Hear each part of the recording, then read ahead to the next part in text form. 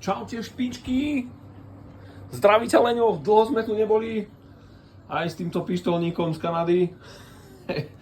Dávam poriadne zabrať. No, k veci. Elektriku. Vyťahol som koberec, pretože VCDS-ko pri odpálení motora nešlo. Hej, takže som vytiahol koberec, pozrel som všetky spojenia. Veľakrát je za to utopená táto komfortná jednotka, ktorá je v tej skrini. V tento prípade to nebolo, ja som skontroloval fakt veľa percent kábla a nenašiel som ani jeden, dokonca ani utopené to nebolo. Tam ten kus podlahy budem musieť vyrezať a nájsť nejakú druhú. Bolo to u elektrikára. Elektrikár sa tiež trošku zapotil, dokonca u dvoch, jeden nenašiel nič, 20 € v pištoli. Aj dneska, keď niekto robí nič, nenájdem, tak aspoň teda nevypýtam nič, to je taký môj názor, ale OK. No a druhý s nejakými 3 týždňami, aj s niečím, čím bol chorý. Problém je v budíkoch. Ja mám druhé budíky, sú nakodované, hej, takže muselo to byť prekodované. Jediné, na čo zabudli, je asi ešte, lebo mi neukazuje spiatočku, tam ukazuje mi metre, keď cúvam. A to mi teraz momentálne nejde. Takže potom sa to bude pravdepodobne riešiť. No ja som dal dole dvere. Momentálne budem riešiť dvere. A takže VCDS-ko mi už ide. Problém je v budíkoch tam nejaké napätie alebo niečo. Takže ja mám druhé budíky, ktoré sú nakodované a až teraz mi to VCDS-ko ide. Akože celkom dosť sa podľa mňa zapotil aj on. Nebolo to úplne najlacnejšie, dokopy nejakých 260 €, ale mám to za sebou. No a čo ďalej? Dverám. Keď budete rozoberať dvere, hoci ktoré dvere, v podstate šoferové, tak sa to začína týmto madlom. A táto v mojom prípade drevená lišta, keď nebudete vedieť, ako s nimi vonku, tak je to tam len nacvaknuté. To znamená najprv túto lištu von pomôcť si niečím plastovým, aby ste to nezlomili, a potom madielko dohora. Toto madielko dohora. No a zvyšok potom už sú len skrutky, ktoré nájdete a je to len celé odcvakávanie, celý ten tapacír a všetky tie ostatné nezmysly. No a potom prídete k tomu, že vlastne je to nanitované, takže nity dáte dolu a tam sa vám to celé rozpadne. Takže asi celý tento panel budem potom musieť objednávať nový, pretože toto zariadenie, podľa mňa, ak ho znovu nejako nenašrobujete, tak je asi rozumnejšie kúpiť tento panel a mať s tým svätý pokoj. A prečo som to robil? Kvázi preto, lebo keď otvorím imobilizorom, tak mi pekne cvaklo, ale cvakli mi všetky okrem týchto dverí. Tieto dvere mi ostávali, musel som až druhýkrát.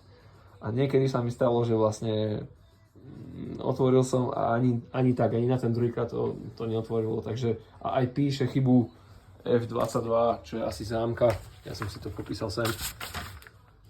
Kde to je? F220 a F221. Nevierohodný signál. Takže asi zámka, hej, je to dosť pravdepodobné, že zámka, tak bude ju treba vymeniť možno za druhú. Ale ja už keďže mám jednoducho chytené dvere na tejto strane, tak som ich celé zvesil dole. No a pomaličky, čo tu ešte je problém? Problém je s plniacím tlakom. Nemám zapnuté VCDS-ko, ukázal by som, ale nemám. Takže keď to momentálne vrčí, tak mám plniaci tlak nižšie, za čo je map senzor, ktorý ho ukazuje. Váha vzduchu tu mám vymenenú a je za lacnú náhradu, aj tam môže byť problém. No alebo potom turbo, ja mám turbo repasované, bol by som nerad, keby, neviem, či sa to dá štelovať z tejto strany, je dosť možné, že sa to aj dá, a keď nie, tak budem musieť ísť von, to je to, čo by som nerad. To sa ešte uvidí, a keď tento plniaci tlak zdvihnem, uvidím, čo sa s tým celým bude dať, lebo momentálne sa mi deje ešte to, že vlastne keď pôjdeš asi nad 100 km/h a budeš tomu viacej nakladať, toto je 1.9 96 kW manuál, tak ti skrátka, nie že hodí do núdzového režimu, proste prestane ti turbo ťahať. Všetko ostatné sa tvári normálne. Ja dokonca, dneska som dával VCDS-ko po tom, ako som sa prebehol, ja nemám na motore ani jednu jedinú chybu, čo je taká akože dosť hravitka. Ja som pomenil pár vecí, urobil rozvody, žhaviče, aj proste to káblovanie celé k tomu, filtre nerátam, aj celé od N75 cez celé tie cez celé tie podtlakové hadičky, dokonca čerpadlo som vymenil.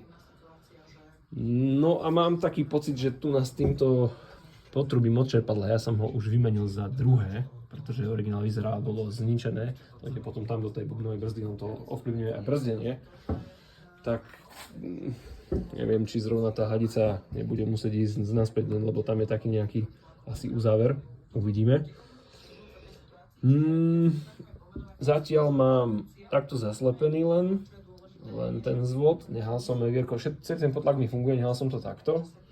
To ešte tiež môže mať vplyv na to, keď sa to otvorí, ak funguje, lebo ja ho zašpinené nemám, je vidieť, že z neho olej netečie. Ja som ho vyčistil, takže mal by fungovať, mne dokonca škrtiaca klapka pekne funguje, keď ten potlak je tam urobený, takže v podstate všetko je tak nejak skoro originál. A je tam veľa vecí, ktorých sú menení. Začínam sa už krabať aj opačne, pretože je toho fakt dosť, takže som zvedavý.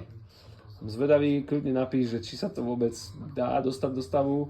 Není záhadou, že som to kúpil za 200, pretože to malo milión problémov a moja celá nápravnica zadná už je nová.